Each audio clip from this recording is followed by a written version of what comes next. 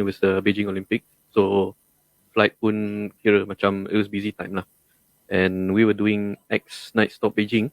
We were taking the flight back to KL. So the aircraft came in. The previous crew reported that they had the engine compressor stall. So they reported in the book, and the engineer cleared the defect.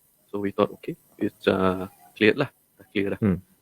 But apparently not, because when we started the engine, memang dah ada apa tu? There's a bit of vibration lah, even on the indication. Tapi on the Airbus that time, the vibration is advisory indication kan. There's no limit to that indication. Yeah. And the captain decided to continue on with the flight. So we continue. We just monitor the perimeters and all that. It was my sector flying out from Beijing, so I was the pilot flying. Yeah, had to be me lah. So I was pilot flying. He was pilot monitoring, so did the takeoff. During the takeoff, we monitored engine perimeter all the way. So took off, and then right after takeoff was, I don't know if you can remember. I don't know whether you guys remember Beijing dulu. After takeoff, runway 01 ke apa, making a left turn. So during that left turn, my eyes was looking at the engine indication. I saw the oil quantity indicator dah zero. So Zero. Zero. That was the time I told Captain, oil quantity engine 2 0. I think we have to come back. The moment I told him that, the engine gave way. It was quite loud. It was loud. It was really loud. And then the aircraft, it was a bang lah. It was banking and then it descending. It was a loud bang. So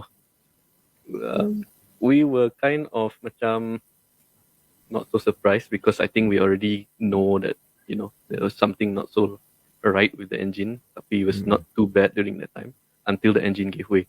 So during the flight itself, I called for ECAM actions on the Airbus. That's when we do the emergency procedure according to the screen in the aircraft.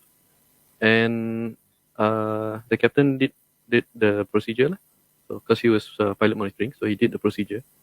One thing I don't know why, during that time, actually all the way until landing, he just let me fly the aircraft, as in like he didn't take over, kan?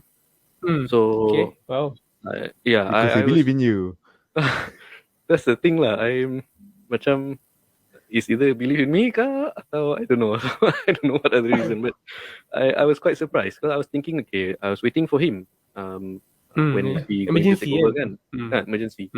So he did the procedure, we did the QRH, check landing distance semua, because that time we were also slightly above max landing weight.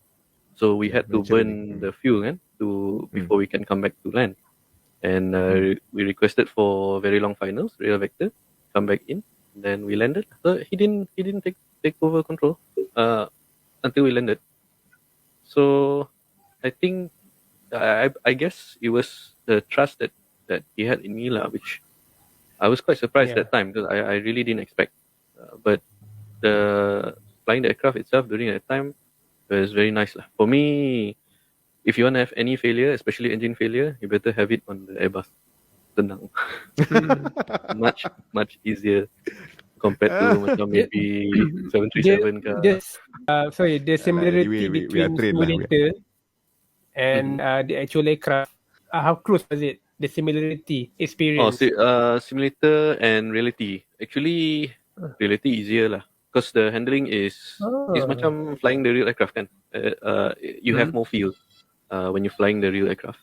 But I think because we only the whole experience only started to sink in after we landed. Kan? During the whole process, it was like as if we have been doing this for so long. Textbook. Memang textbook. It was really good. After we landed, then it started to sink in. Then we like, wow, we had engine failure. And I think the reason for that is because every 6 months we always do it so often. The engine failure in the simulator. It became macam a memory item, like something that we practice for so long. Second nature just take over. And I think that actually helped in creating that environment where we can just handle the situation almost automatically. Yeah, make a lot of difference. So from that point, we understand why we have to do that every 6 months. So it was good.